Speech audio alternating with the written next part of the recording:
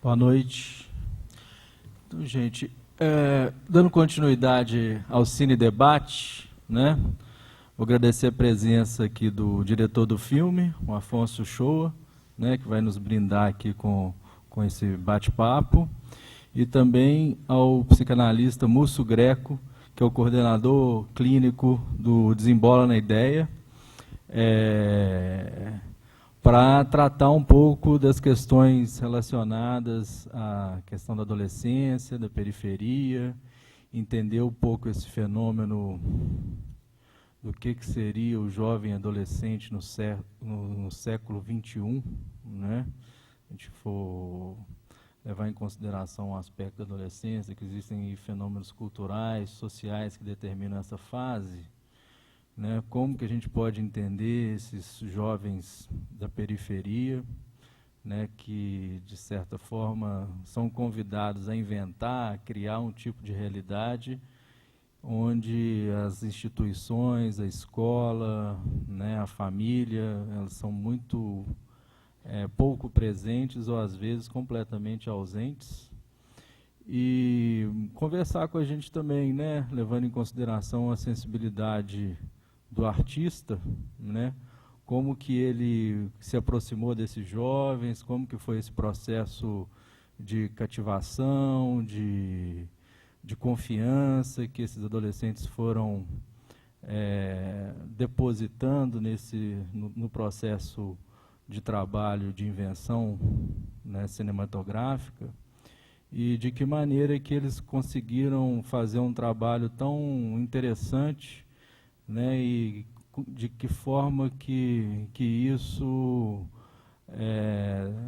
transmitiu, né, para o público de uma forma geral, né, essa linha tênue aí da realidade, da ficção, da fantasia, né, e de que forma também isso aparece no processo, no próprio comportamento desses jovens, né? Em algum momento você não sabe se eles estão brincando, de traficar, né? Ou usando drogas, até que ponto que a gente pode pensar em jogos, em brincadeiras, e que num certo momento você não sabe, né, como que eles estão significando essa passagem que é sempre complicada, que é a passagem da adolescência, né? Então, a experiência do Afonso nesse contato aí que ele teve com esses jovens, eu acho que pode ser bem interessante, e o Múcio, que já, né, tem uma longa experiência no Desembola na Ideia, e também outros projetos, que é o CAPUT, o Centro de Atendimento e Proteção a Usuários de Droga, né, que vem recebendo esses jovens dessa realidade social, né, dessa realidade que esse filme deixa claro, né, e que tipo de trabalho que a gente pode oferecer para eles, para tentar encaminhá-los aí de uma maneira menos, vamos dizer assim, visceral, né, menos forte, né. Então, passar a palavra primeiramente para o Afonso, para falar um pouco, né, de como que foi esse processo de criação, de como que ele trabalhou, né, essa inserção nessa realidade com esses jovens. Depois eu passo a palavra para o Múcio, para a plateia também. Vamos tentar fazer um bate-papo, né, com o pessoal que está compondo a mesa aqui, e depois com vocês.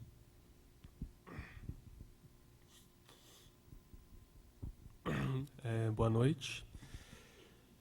Bom, em primeiro lugar, agradecer ao Pedro e o pessoal da FAI pelo convite, né? E principalmente agradecer também todo mundo que não só veio para a sessão, como ficou até agora para o debate. Bom, primeiro inesperado, assim, achei que eu não ia começar falando, então assim, já estava até mais de boa, estava mais a fim de ouvir. Mas, e na real mesmo, assim, a minha vontade principal mesmo, assim, é mais de ouvir as reverberações e recepções do filme do que, de fato, tentar ocupar aqui um lugar de uma instância autorizada ou de fonte última das verdades sobre o filme, entendeu? Assim, eu acho que, claro que posso sempre vou poder dizer da minha experiência, da minha história com o filme, mas o filme de fato é o impacto que ele tem em cada espectador, assim, é isso que causa o filme, isso que faz o filme viver. E muito mais me interessa ouvir a recepção de vocês do que tentar aqui reconstruir uma verdade última sobre o filme. Bom, mas falando então do que eu posso dizer mais intensamente, na verdade, acho que a maior verdade que eu posso dizer, e talvez é que esse próprio filme, o filme mesmo tem a dizer, que é a sua história, assim, e que é o seu método, né, de certa forma.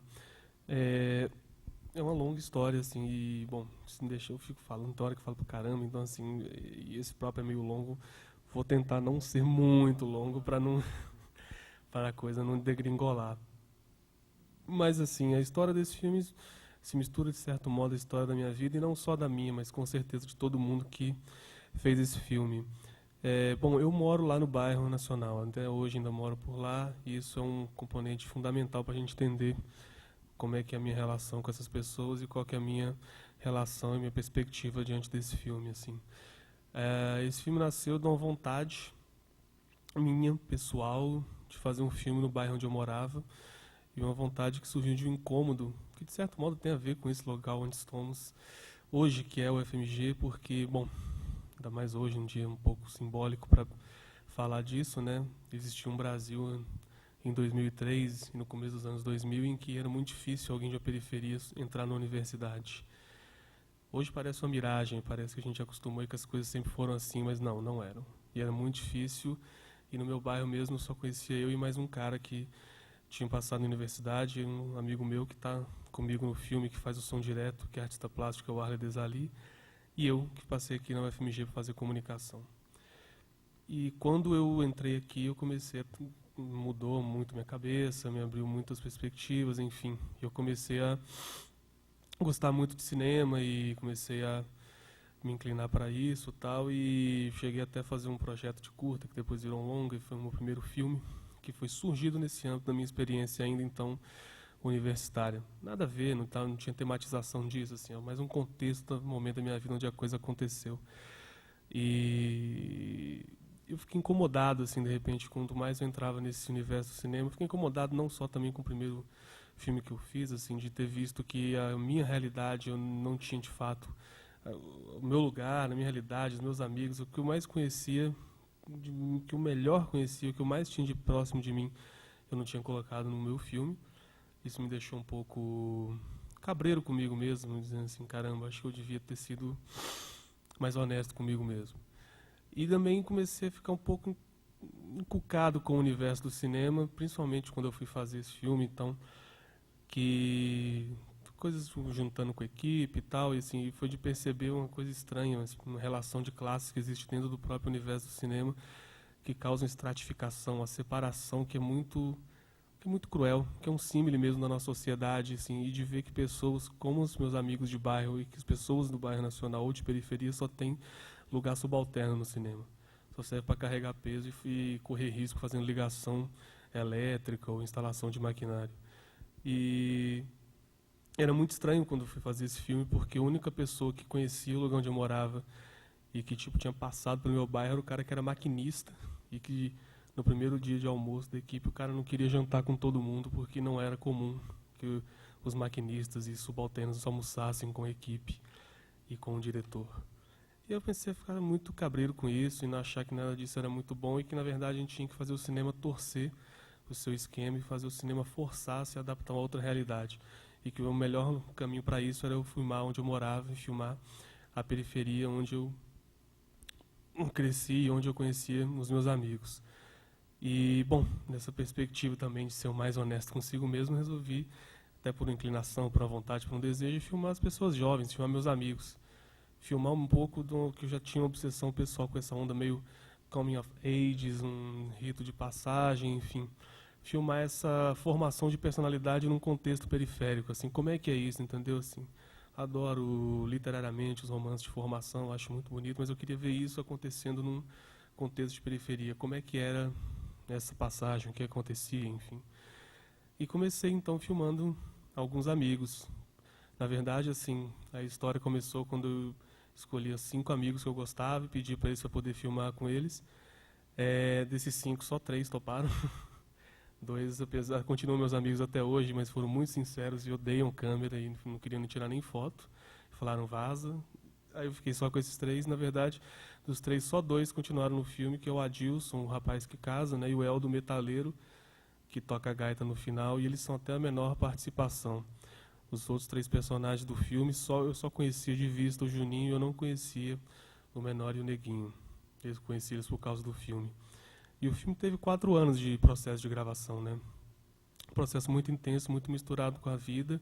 Começou completamente sem nenhum roteiro, sem nenhum plano anterior, por uma vontade própria, deliberadamente, de não ter nenhum plano anterior que fosse prévio à experiência do próprio filme. Todos os planos deveriam surgir a partir da própria lida com o filme e fazer um filme que fosse se construindo à medida que de fato ele ia se fazendo. Era um filme em vias de se fazer constantemente, assim, não tinha um objetivo final, não tinha um alvo a ser, a não ser terminar o próprio filme, entendeu? E eu comecei sem roteiro, conhecendo essas pessoas, também com um princípio político, não queria fazer um filme que fosse próximo da realidade deles, próximo da minha realidade, mas que ele não fosse um mero documentário, entre aspas, assim, que é difícil falar em mero documentário, mas é que ele não fosse um tipo de cinema que fosse dependente muito da sua impressão de realidade, assim como eu também não queria fazer uma ficção pura e simples, porque não me interessava vir com nenhuma construção prévia para eles. Queria que o filme saísse do jogo mesmo, entre a realidade deles e uma imaginação que fosse da ficção, e que a gente pudesse imaginar juntos algumas trajetórias, histórias, cenas, brincadeiras, que a gente pudesse imaginar uma realidade, enquanto a gente filmava, diferente daquela que a gente vivia todos os dias. Por mais que ela fosse parecida, no momento da filmagem, algo diferente acontecia. Nem que fosse, o que não é pouco, a própria atividade criativa, algo que é constantemente negado à periferia e que com certeza era negado para esses meninos, que eles nunca tinham essa experiência. E a partir desse momento que eu começo a visitar essas pessoas, observar o cotidiano deles, descobrir quem são esses meus amigos, até mesmo os caras que eu conhecia, redescobrir eles, conhecer melhor a intimidade deles, para então depois de me sentir à vontade, me sentir próximo dessas pessoas, pensar em sugerir algumas cenas, algumas situações, pensar em sugerir algumas imaginações para eles. Esse é o processo do filme, assim, de partir dessa discreta observação, a vizinhança, de certo modo, dos seus personagens, um conhecimento mais íntimo do cotidiano, da personalidade, conhecer mesmo quem eram esses meus amigos, de fato me tornar amigo deles, para depois, junto com eles, também começar a imaginar acontecimentos, situações, cenas que não são necessariamente aqueles que tinham vivido, mas para que a gente conseguisse construir esse filme. E esse processo todo, assim, não é tão simples, não é tão fácil, e durou 4 anos. Bom, e o resultado desse foi o que vocês viram. Muito bom, parabéns. Ficou excelente. Passar a palavra agora para o Musso, depois a gente bate um papo. Boa noite, obrigado pelo convite. Esse convite me chega numa hora muito boa, porque eu estou em pleno processo de luto, né, de um projeto que o Pedro citou aí, um projeto com jovens como esse que aparece no filme, né, que era o CAPUT, que é Serviço Clínico e Psicossocial de Psicanálise Aplicada, que foi fechado em 2015 por desinteresse do poder público em investir nessa política de saúde mental para a juventude. Nós vamos retornar agora, nesse ano, conseguimos outro financiamento, remanejamos aí o projeto e vamos voltar com esse projeto que vai se chamar Desembola na Ideia, que basicamente vai manter essa premissa, né, ou esse desejo, que é o de acolher os jovens, né, fazer o que puder ser uma clínica da adolescência de risco, que é quase uma redundância, porque a própria adolescência já é uma situação de risco, né? Pode dar tudo errado, né, na adolescência. Eu queria justificar essa escolha do Pedro aqui, pela minha presença, né, falar de filme, e por eu ter aceito, que eu sou um psicanalista E, evidentemente, eu vou fazer a minha leitura a partir da psicanálise. Não é a única leitura. Eu estou correndo um risco aqui, inclusive, porque vou falar do Afonso, que mandou você aceitar, né? Mas vou falar daquilo que, enquanto um psicanalista assiste um filme, por onde é que ele viaja, né? Então, assim, não vou trazer uma visão sociológica, não tenho condições de fazer qualquer comentário técnico sobre cinema, né? Mas terei muito prazer e tenho muito desejo. Eu achei uma expressão que vou falar mais à frente. Tenho um desejo de filme, mas eu tenho um desejo de dialogar com você, né? Basicamente, por meio do seu filme, fiquei achando que a gente tem uma coisa em comum, pelo menos uma, né? É que a gente topou, foi buscar esse encontro com esses meninos, né? E que a gente aprende com eles. Eu tenho certeza que eu estou falando de mim, mas arrisco dizer que essa experiência foi também para você um aprendizado sobre o outro, que é o que mais me interessou nesse filme, né? Então, vamos lá. Outra coisa que vocês vão me desculpar,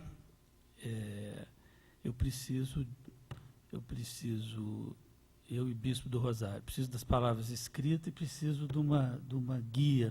Nunca faria um filme sem roteiro, por exemplo. Preciso ter uma guia. Podemos sair dela, mas então vocês, por favor, tenham paciência que em alguns momentos eu vou ler.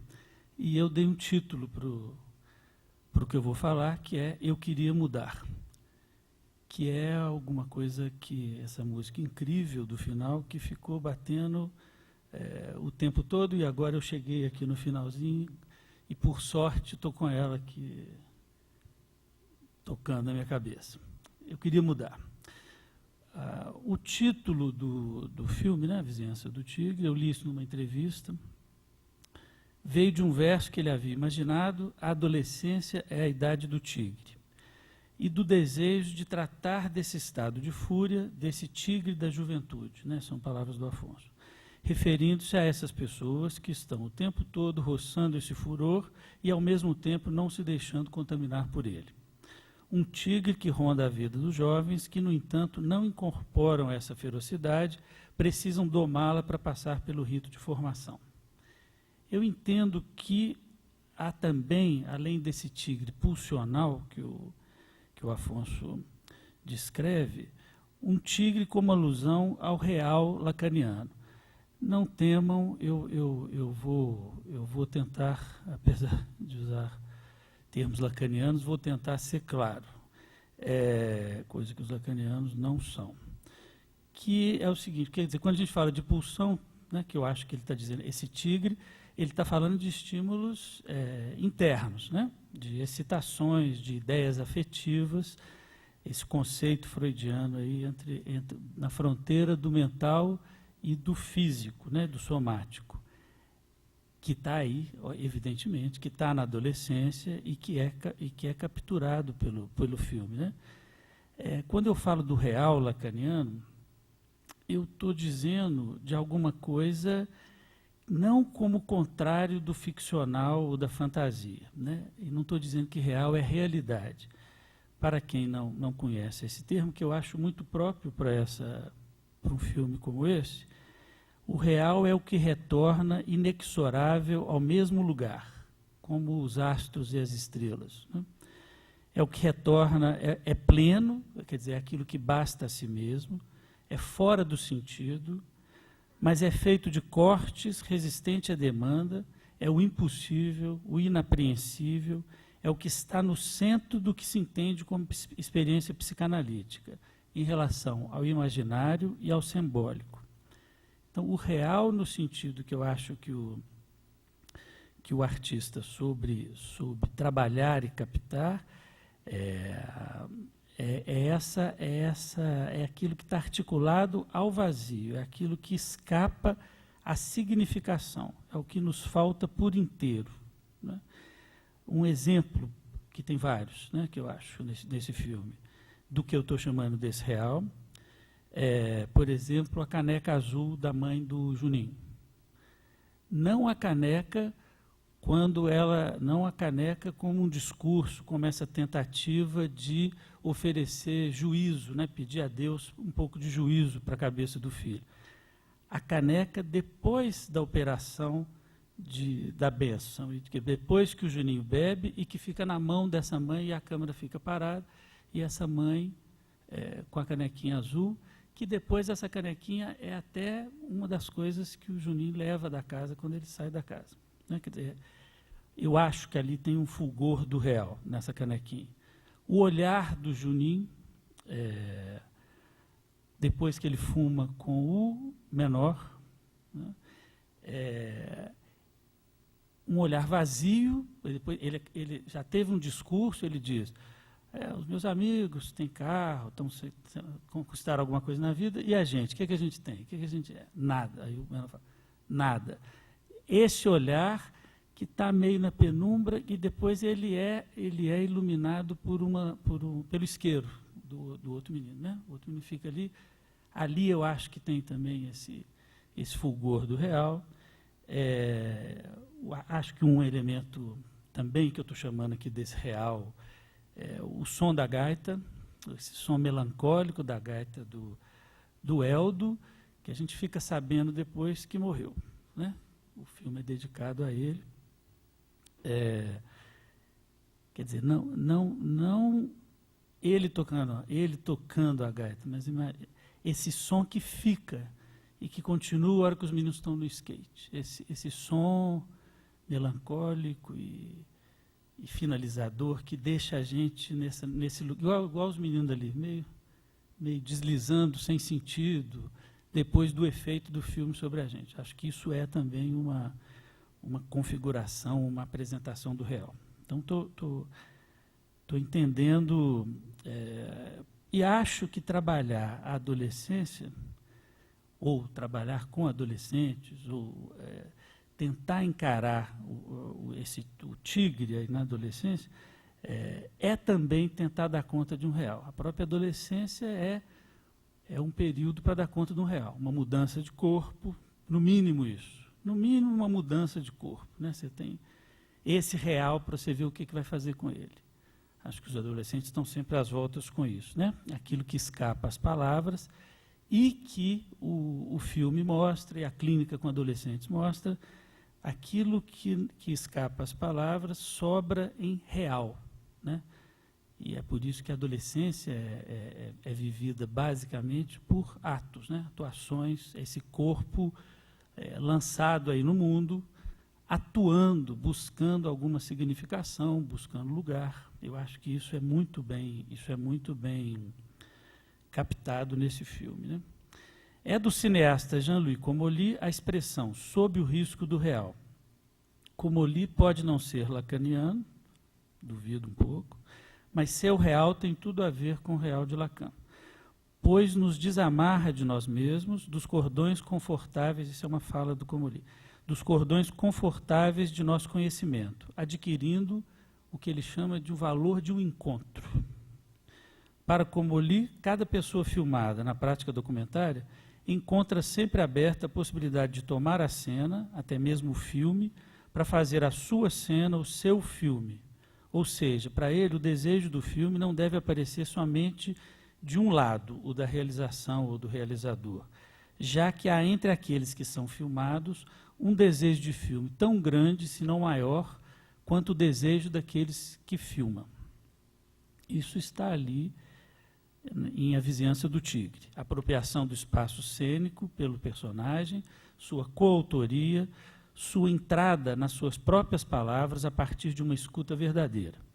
Os sujeitos falantes, Juninho, Menor, Neguinho, Adilson e Eldo, sabem, sem dúvida alguma, que aquele ao qual eles dirigem a palavra os está escutando.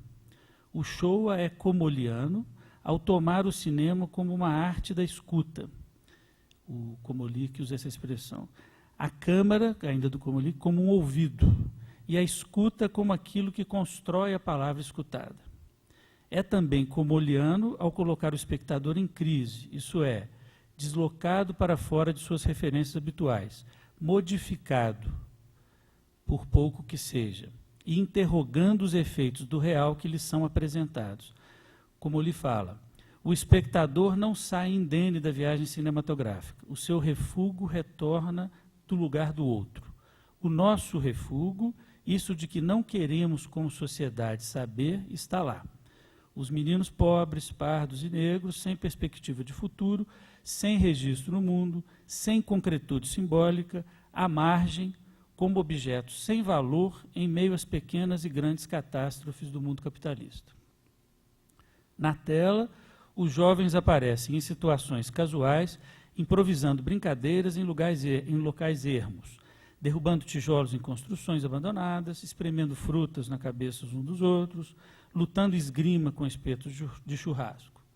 Trabalham na construção civil, seguem as mandingas da mãe com água benta, fumam, cheiram, casam, cantam, tocam gaita, queimam um guarda-roupa velho, mostram bilhetes, lembretes na gaveta, escrevem carta para o amigo preso, traficam, pagam dívidas ao traficante, fazem almoço, passam esmalte nas unhas da mãe, pintam a cara com corretivo líquido, disputam quem tem mais cicatrizes de bala e facadas, andam de skate.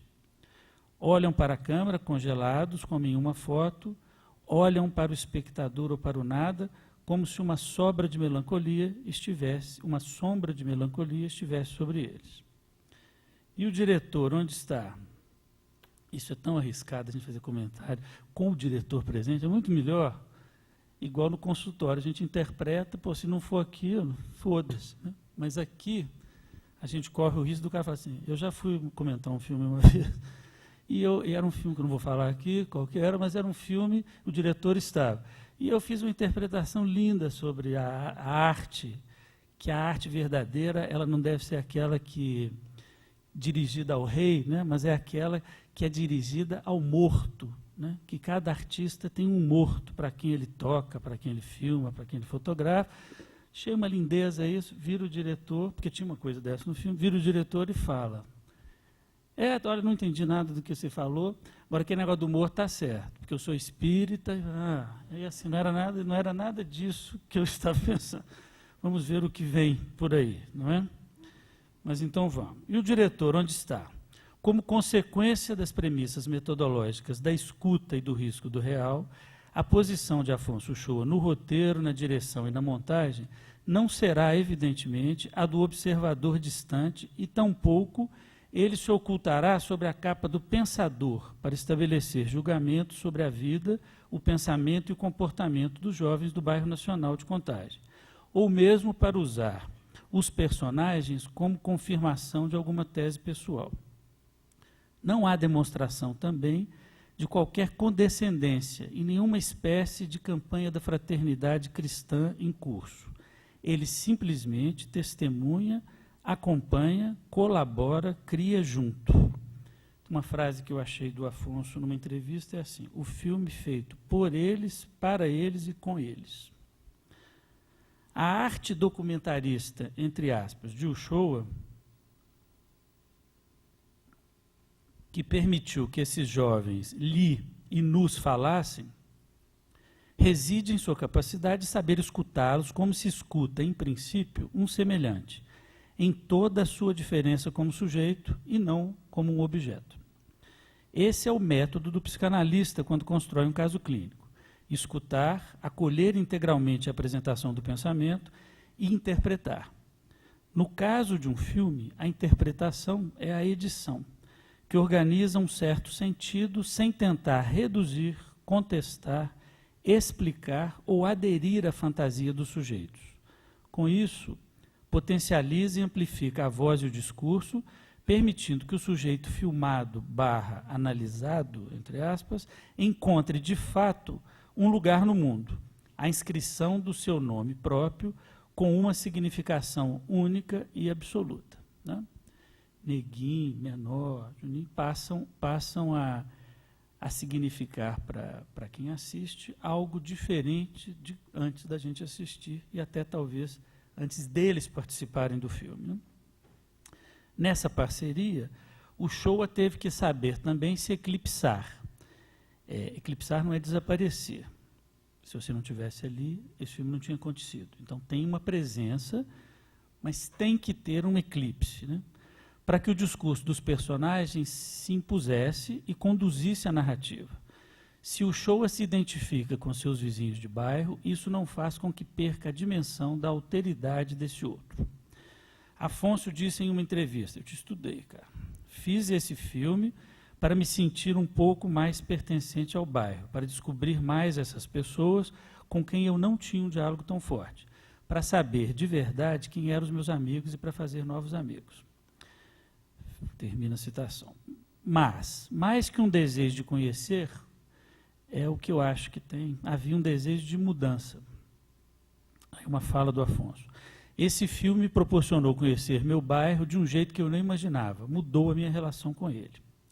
O que eu queria é que esse filme fosse uma experiência transformadora para mim.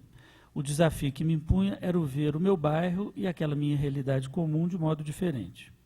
O que enxergava era filme com possibilidade de mudar a nossa realidade, sem ilusões, já que os problemas são complexos e antigos, mas queria filme que nos transformasse, nem que fosse pela possibilidade de amadurecermos juntos, e que levasse o cinema para outro lugar. Tem uma mudança, um desejo de mudança no seu campo aí também, né? No campo do cinema. Mas para isso o cinema precisava mudar, tinha que ser menor, mais pobre, mais econômico, mais orgânico, menos glamouroso, menos armado. Extrai do filme de Afonso Showa um ensinamento precioso para a clínica do adolescente.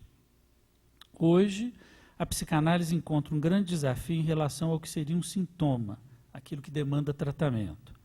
A angústia entre os jovens não toma a forma de um sintoma, algo que poderia ser lido e interpretado, pois não apresenta a dimensão de apelo, não aponta para o laço social.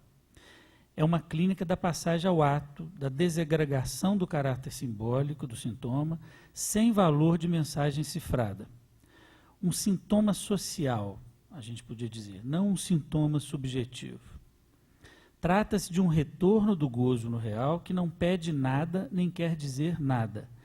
Dizemos que essa recusa do inconsciente e essa desvalorização da palavra indicam a inexistência do outro, antes representado pela função paterna, que hoje, como deixa claro o filme, a nossa clínica e o mundo, anda ausente. É preciso reinstalar, estou chamando de função paterna, essa eficácia do simbólico, né?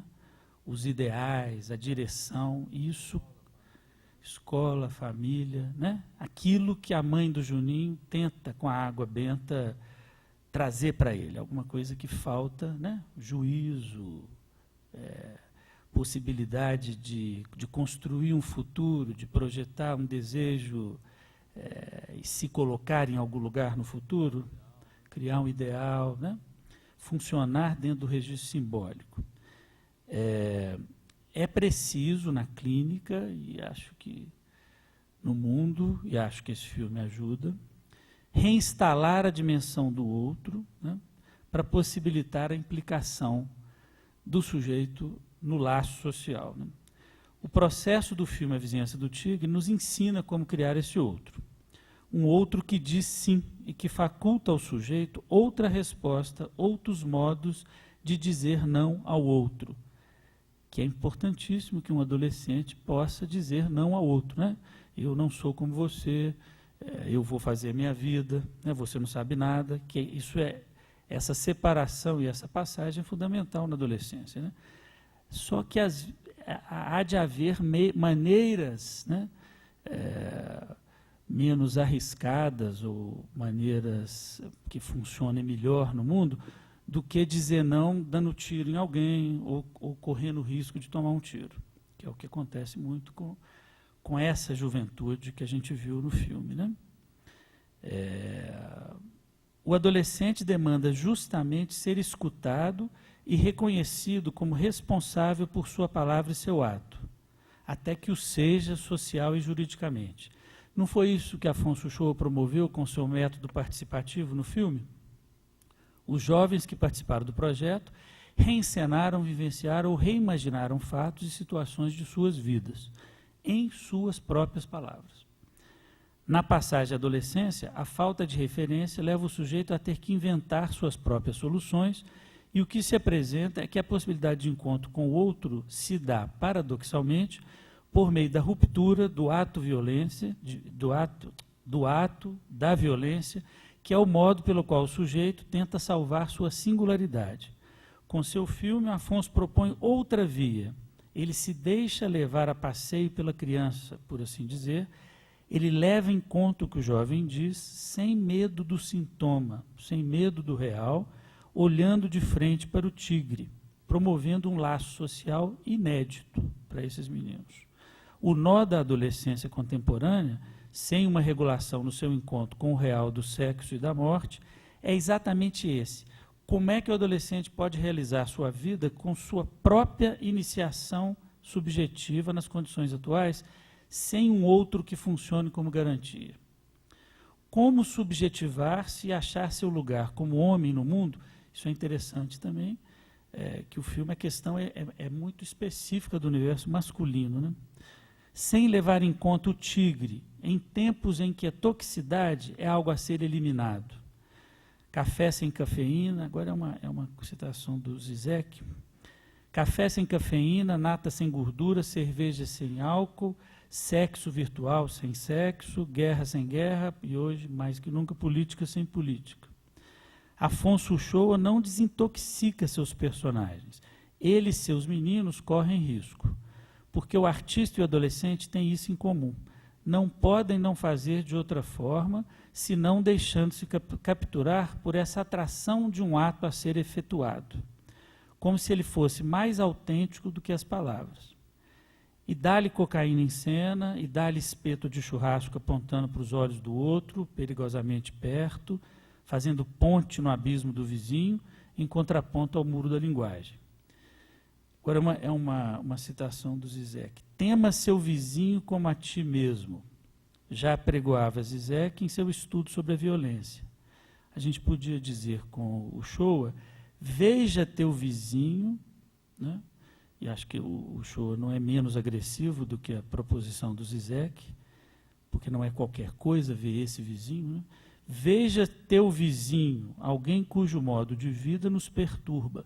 Veja-o de perto, nos propõe sua câmara em close. Veja como vivemos em mundos diferentes. Como diria Pedro Costa, que é um autor que eu não sei se faz parte do seu hall de cineastas admirados, mas que eu também, enquanto assisti o filme, eu fiquei lembrando do Quarto de Wanda, que é esse filme, é um como é que chama? Docu-ficção, né? Esse filme onde refugiados, não, imigrantes cabo-verdianos vivendo numa favela, numas ruínas assim, de umas casas lá em Lisboa, que vai ser demolida. A todo momento a máquina que está demolindo aparece.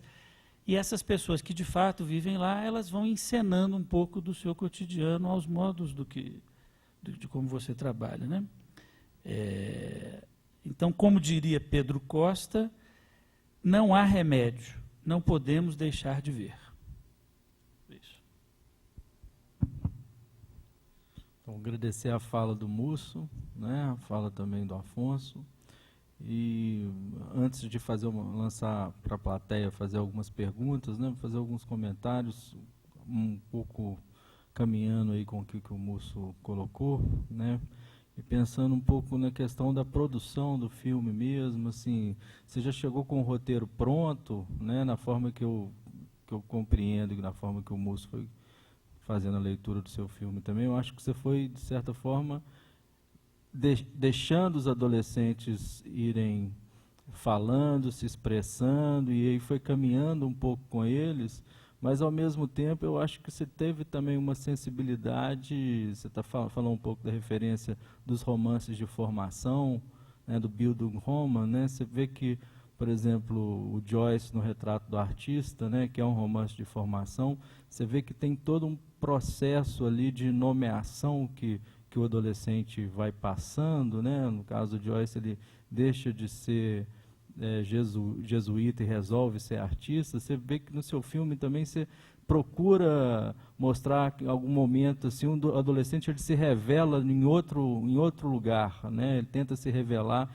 em outro momento, né? Eu acho que você procura trazer um final para o filme, né? Eu acho que o filme ele não se abre totalmente sem resposta, né? Você traz algum final para o filme, pelo menos para alguns personagens ali, e um pouco nesse sentido de trazer alguma nomeação, deles se nomearem a partir de outro lugar, né? Pensando um pouco o que o Múcio está trazendo também, dessa questão da própria noção desse real que se revela ali, né? Parece que cada um vai se haver com esse real de uma maneira diferente, né? E que as saídas também, ao mesmo tempo, elas são saídas individuais, elas não são saídas coletivas, né? Assim, apesar do grupo, de certa forma, funcionar ali como uma certa, no sentido deles se organizarem num eixo muito mais, vamos dizer assim, horizontal do que vertical, daí a ideia que o Múcio traz, né? De que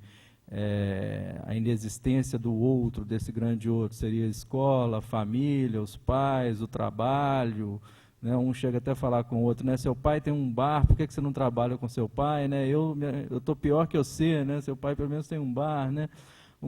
Então esses outros aí que poderiam transmitir algo, né? Assim, parece que ele falha e cada um se organiza, né, um com o outro ali num eixo horizontal, mas cada um vai criando uma saída individual e vai se nomeando a partir de outro lugar, né? Então acho que tem essa preocupação de trazer uma certa revelação, né? E pensando também no próprio cinema mineiro, né? Assim, você tem uns contatos com pessoas, Marília Rocha, né, Clarice Campolina, eu vi também uma entrevista, você tem uma referência do Carl Guimarães, né? Então pensar assim, você acha que a gente poderia pensar numa estética cinematográfica mineira, né, assim, que parte um pouco para esse diálogo entre ficção e realidade, né? Como que a gente, assim, esse lugar de dialogar entre ficção e realidade, de que maneira que o cinema mineiro, se ele tem esse tipo de preocupação, né? Então, algumas perguntas aí para começar. Vou passar para a plateia também. Eu só peço para vocês que eu tenho que levar o microfone aí, porque a gente está gravando. Então, alguém quer fazer alguma pergunta? Um comentário?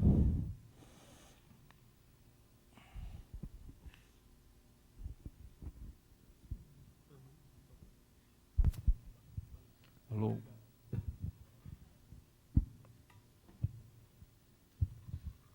Boa noite. Eu sou Paulo, sou jornalista, estudante de mestrado em Salvador, Bahia.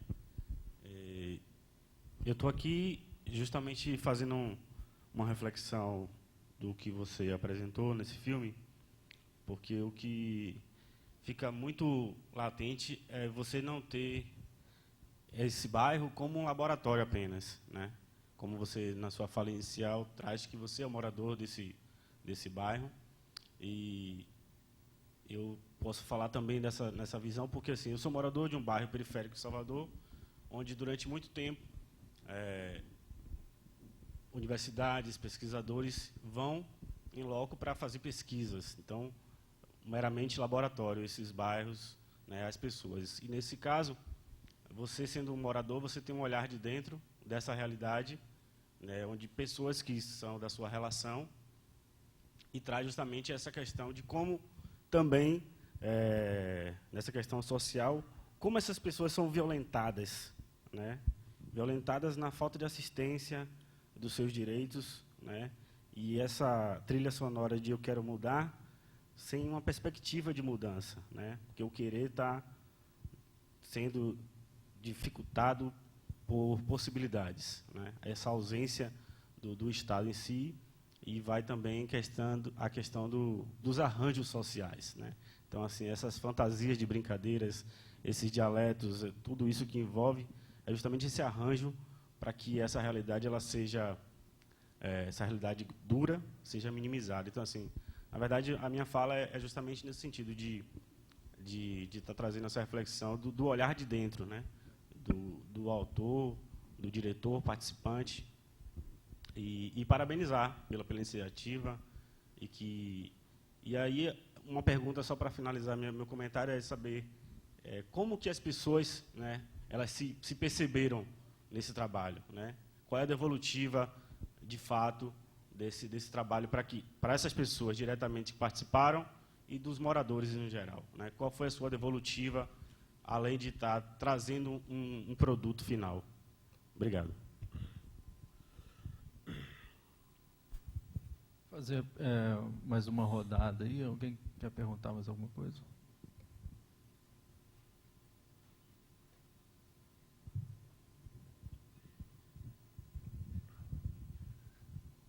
Boa noite, meu nome é César.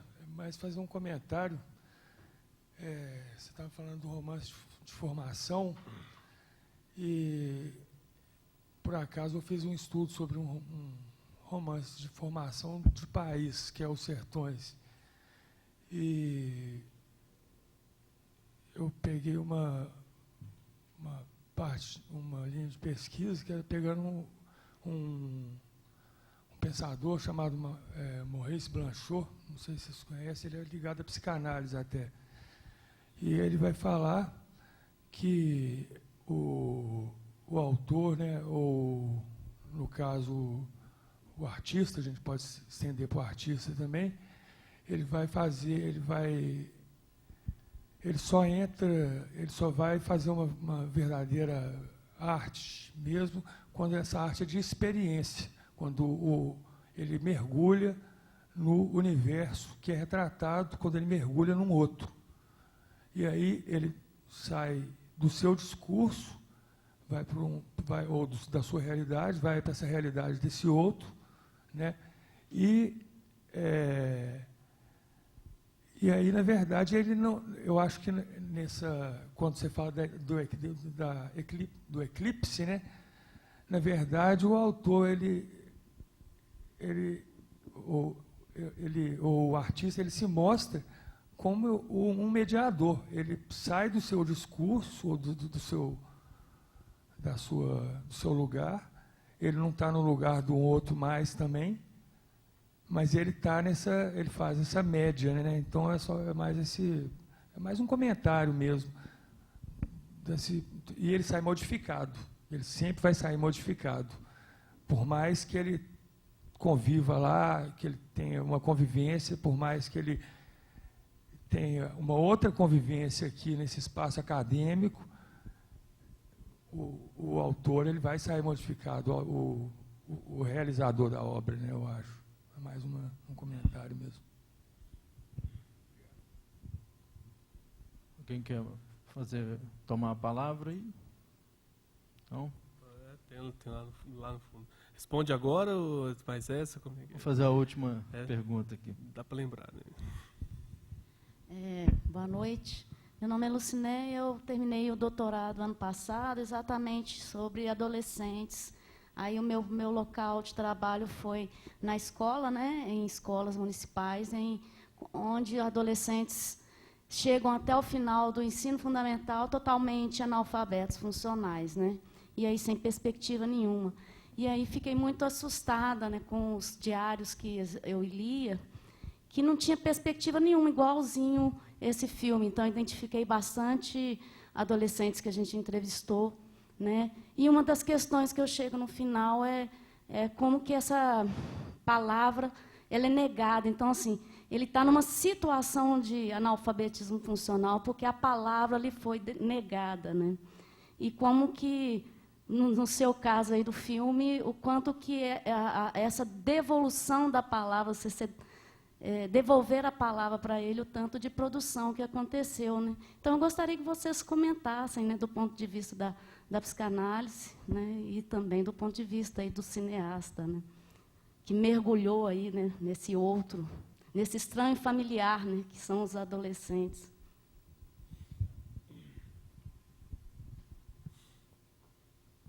Eu fiquei meio assustado na hora que ela falou do ponto de vista da psicanálise. Eu falei, eu acho que a gente está radicalizando a experiência do outro, né? Assim, daqui a pouco eu vou ter que falar do ponto de vista da psicanálise e ele do ponto de vista do cinema, assim, né? Mas ainda bem que não.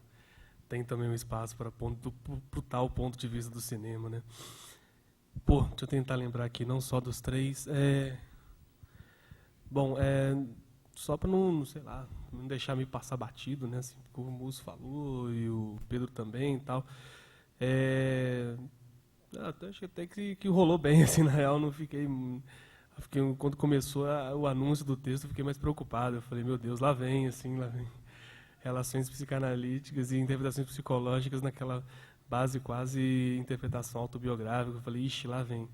Mas não foi isso, não. Então, achei até de boa, assim, não teve nenhum momento de nenhuma discordância grave, não. Pelo contrário, assim, acho que, de fato, tem muita coisa verdadeira, assim, que, para mim, a própria experiência também é verdadeira. Está ali descrito no texto do Musso, e eu acho que essa coisa da escrita mesmo, assim, do roteiro e que passa da montagem, que ele acabou dizendo no começo do texto, de fato o processo e da feitura desse filme, a gente pode assim, resumir que a escrita final desse filme foi a montagem, assim. E por mais que ele tenha tido escritas intermediárias, e de fato ele teve, eu tive um roteiro que eu fiz em um determinado momento da filmagem, e existe, de fato, roteiros mentais, assim, ninguém também não é tábula rasa, ninguém vai partir para filmar os outros, por mais que o desejo seja esse de ver, né, de descobrir, isso não é, assim, virgem, do nada, não é tão verde quanto se imagina, assim. Ver já é querer ver alguém, querer ver os outros, querer descobrir como que o Adilson arrumava a cama dele, já é, assim, eu acho que já é algo, uma intenção por demais poluída, assim, já tem muita coisa aí por trás, né. E é isso, assim, os graus de escrita que esse filme foi passando, assim, são diversos e, de fato, atravessa o filme todo, assim. E o que eu acho que a diferença e uma dele para os outros filmes e um dos lugares e que eu acho que o filme chegou e que seria esse tal cinema fora de lugar é esse, assim, em que o filme vai se escrevendo o tempo todo, assim, que a escrita do filme ela é constante, o tempo inteiro, assim, não tem as etapas separadas, não tem essas não é tudo tão separadinho, assim. Ele é um moto perpétuo que ele vai de fato se escrevendo e se fazendo constantemente. Voltando aqui para as nossas perguntas, né? Eu falando depois passo para o Musso também, enfim. Mas a primeira, né, eu não vi seu nome, então enfim. Paulo, né? Então tá certo. Então, assim, eu acho que de fato, isso é um componente muito diferente mesmo, assim, sabe? E que me motivava desde o começo, porque também tem uma insatisfação minha com relação a diversos filmes, assim, na verdade a maior parte do cinema brasileiro que retrata a periferia. E, tem diversas teorias, diversas causas, a gente podia especular vários fatores que levam a que, no meu ponto de vista, filmes como Tropa de Elite, o Cidade de Deus e Quase Irmãos, sei lá, esses outros favela movies dos anos 2000, me sejam muito insuficientes e tenham um olhar muito redutor para a periferia, assim. Mas eu acho que uma das razões que a gente pode especular, que eu acho bem eficaz, é que são o fato de todos esses filmes serem feitos por cineastas de classe média ou da elite brasileira, que não tem nenhuma relação assim orgânica com a periferia. E, no meu modo de ver, fica muito claro que, assim como a elite brasileira e assim como a classe média brasileira, não existe uma relação vital e de conhecimento e de diferença, assim, de irmandade com a periferia. Pelo contrário, assim, existe uma relação que eu chamo de o olhar do ameaçado. Assim. A única coisa que a classe média elite brasileira consegue distinguir quando olha para uma periferia é uma ameaça. Quando olha para um preto é uma ameaça. Quando olha para um favelado é uma ameaça, entendeu?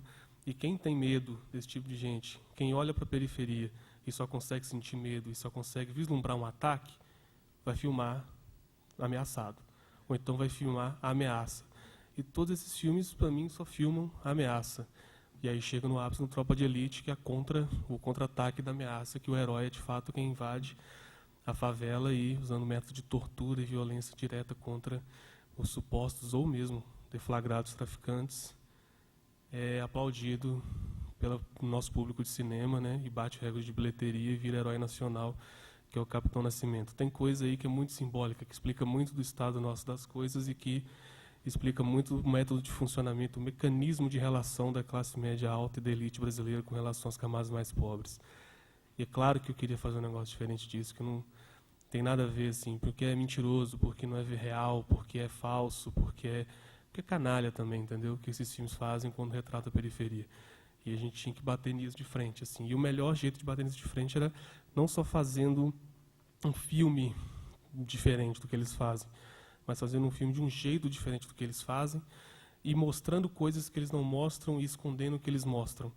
E aí eu já até isso nunca foi um programa, tal, isso foi uma coisa que a gente discutiu na montagem, que virou uma piada entre mim e os meus amigos que montavam junto comigo, mas dizendo assim que a nossa diferença para o Cidade de Deus, Tropa de Elite, é que tudo que eles cortavam na elipse, a gente ia mostrar, e tudo que eles mostram a gente corta na elipse. A gente não quer mostrar a polícia na periferia. Todo mundo vê isso, liga no Datena, entendeu? Vai lá ver no filme do Meirelles, tem, entendeu? Já existe isso, entendeu? A gente já tem essa representação do poder armado, da ameaça policial, a gente sabe o que isso é. O que a gente não sabe é como que o imaginário da polícia ele é reverberado na boca do moleque de 14 anos, entendeu? Isso a gente não sabia, porque os caras não mostram, porque isso não interessa para eles. Porque o que interessa é o grande problema social, o grande cinema de constatação. Existe o tráfico de drogas, existe o crime organizado, mas e o pequeno traficante? E o cara que precisa de fazer ali, enrolar uns negócios para poder ganhar grana no final de semana? Isso não, os caras não mostram, entendeu? Isso não interessa para os caras, então isso tinha que interessar para a gente. O que faz também uma conexão com a terceira pergunta, né, a colocação, eu também esqueci o nome, acho que vou lembrar o nome de ninguém, só o do César que eu vou conseguir lembrar. Mas essa coisa mas não, você mesmo também disse, eu acho que não está equivocada essa montagem aqui dinâmica, não. Que tem essa coisa da falta das expectativas, né? Ou eu queria mudar, né? Que também está no texto do Musso, né? Eu encaro isso do seguinte ponto de vista. O primeiro é que isso são coisas bonitas, são coisas com algum grau de referência, que eu vou dizer, mas também tem um lado muito direto, assim, que tipo, foi vendo isso na vida dos caras, assim, foi vendo isso na vida dos meus amigos, foi vivendo com gente que vive esse tipo de vida. E que tem um bom resumo numa citação que um amigo meu que me disse, não sei se é real, mas se não for real, assim, azar, que tem uma citação do Luiz Costa Lima, que acho que é um crítico de literatura, né? E parte do fato de a gente conversando um dia, eu e esse amigo, e dizendo tanto que eu achava que o Juninho era um herói trágico, assim, e que a vida dele, assim como a vida de vários amigos e de várias pessoas da periferia, é uma vida trágica, no sentido quase grego mesmo da palavra, assim. E um pouco da trajetória dele, do Juninho, né, no filme, é um cara que não consegue escapar ao próprio destino, né? E esse meu amigo me falou dessa frase do Luiz Costa Lima, dizendo que ele dizia num texto que ela já precisa esboçar uma tragédia terceiro-mundista, em que as condições sociais narram a trajetória e a vida das pessoas a partir do momento que elas nascem. E eu acho que isso é muito real, assim, eu sinto isso, entendeu?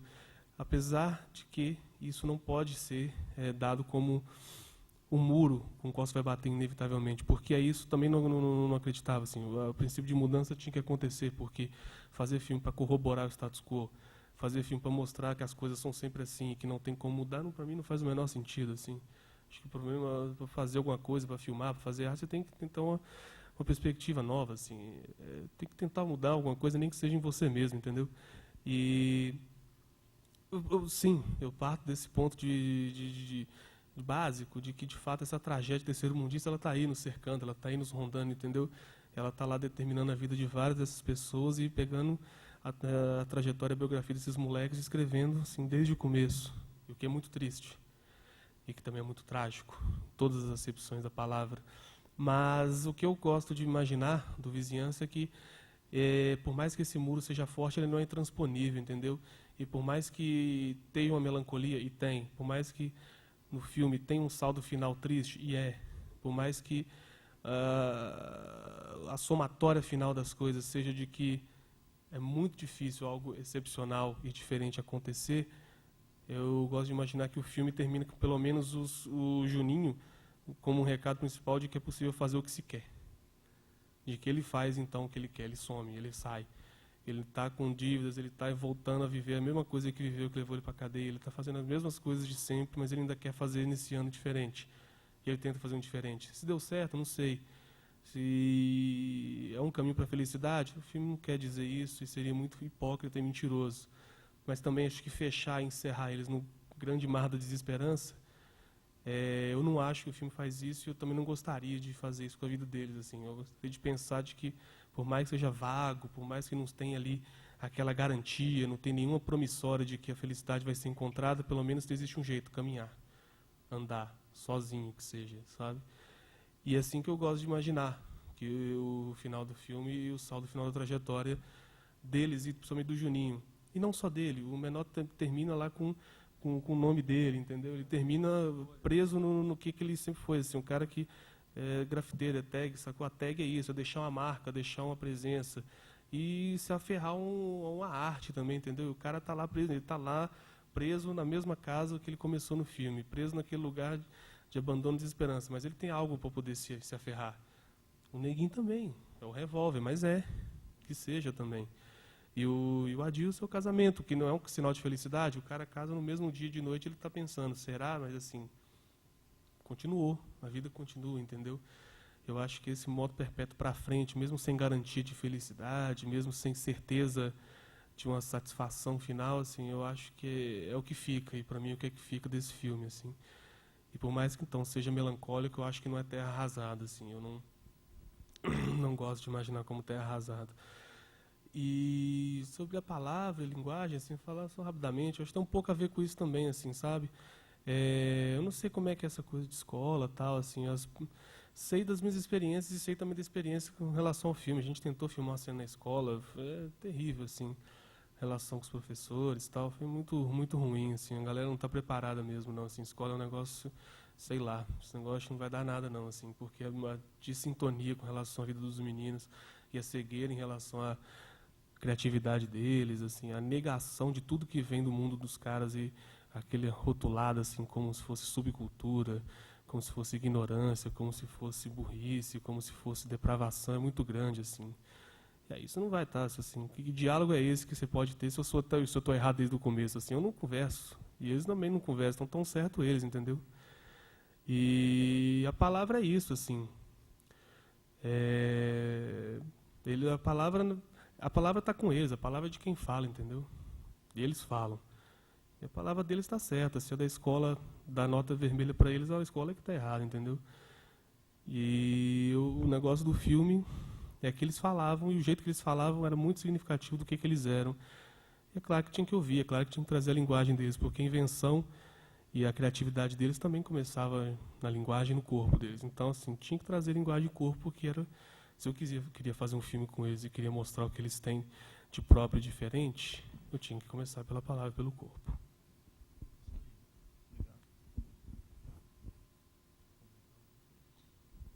Só dar uma detonada na educação mais um pouquinho, porque que eu acho que isso, que eu digo que a gente aprende com esse filme, como clínico, gostaria também que a escola aprendesse, né? Quer dizer, é possível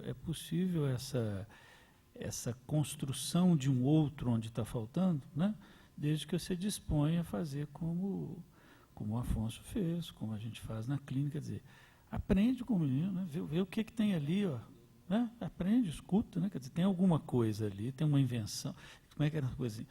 Dá um sim para a invenção do menino, né? Se é essa coisa do que ele faz com o corpo, se é essa agitação com que ele ocupa o espaço, em vez de dar uma ritalina, um diagnóstico, escuta o que está agitando, por que esse corpo tem que estar em todos os lugares.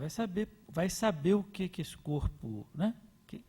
Que palavra que esse corpo pode produzir para dizer da inquietação, ou da angústia, ou da falta de lugar, né? Quer dizer, hoje em dia, a escola é o principal encaminhador de meninos para tomar remédio, né? Assim, tomar remédio e ganhar um diagnóstico de uma doença que não existe, né? Essa invenção da indústria farmacêutica, né? O transtorno de déficit de atenção, hiperatividade.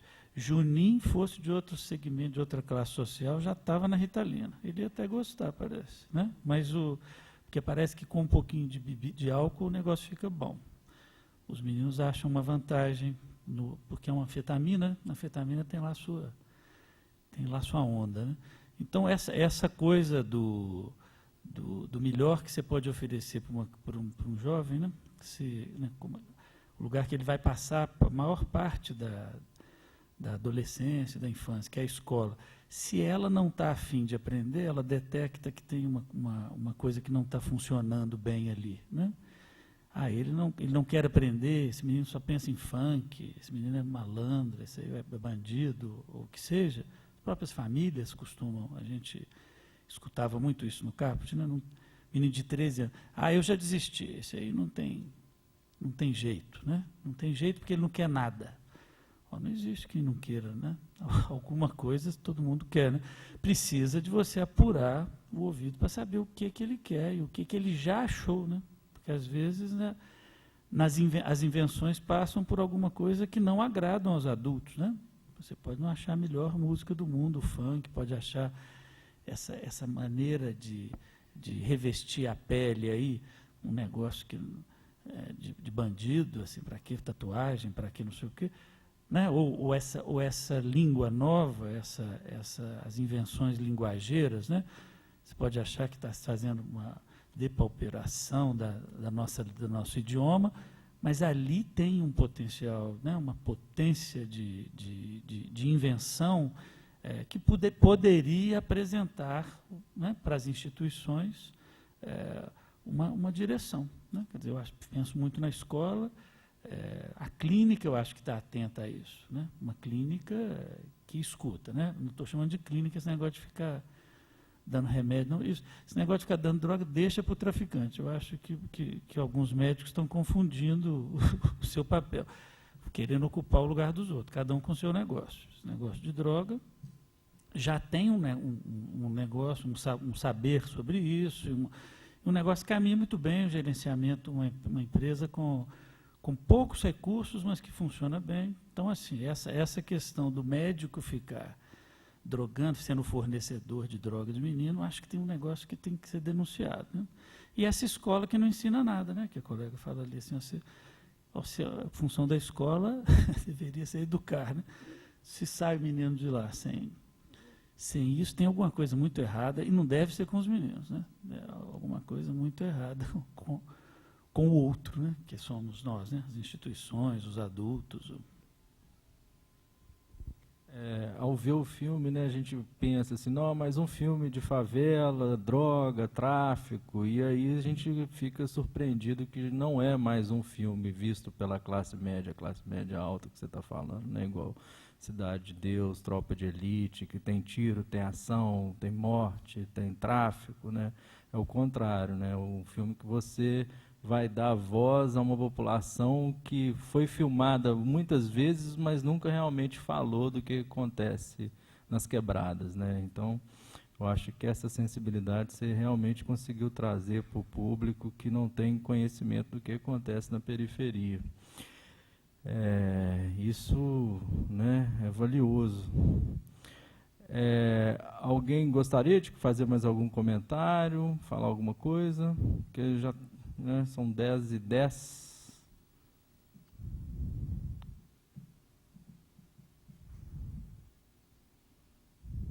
Não? Então, obrigado a todos. Mas já está bom, eu acho, não é?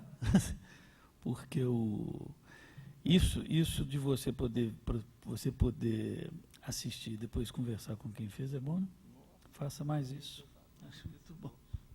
Difícil achar o diretor, né? Assim, que mora em Belo Horizonte, em Contagem ainda, assim, é difícil. A gente está querendo, no próximo evento, a gente está querendo trazer, comentar o filme Que Horas Ela Volta, né? Então, vamos ver se a gente consegue, talvez, trazer a diretora, né? Vou agradecer, então, a presença do Afonso, né, os comentários, a disponibilidade do Musso também, um relato da experiência que ele tem aí com esses jovens há algum tempo, né, e convidar vocês para o próximo Cine em Debate aqui, organizado pelo Observatório da Juventude. Tá bom? Obrigado.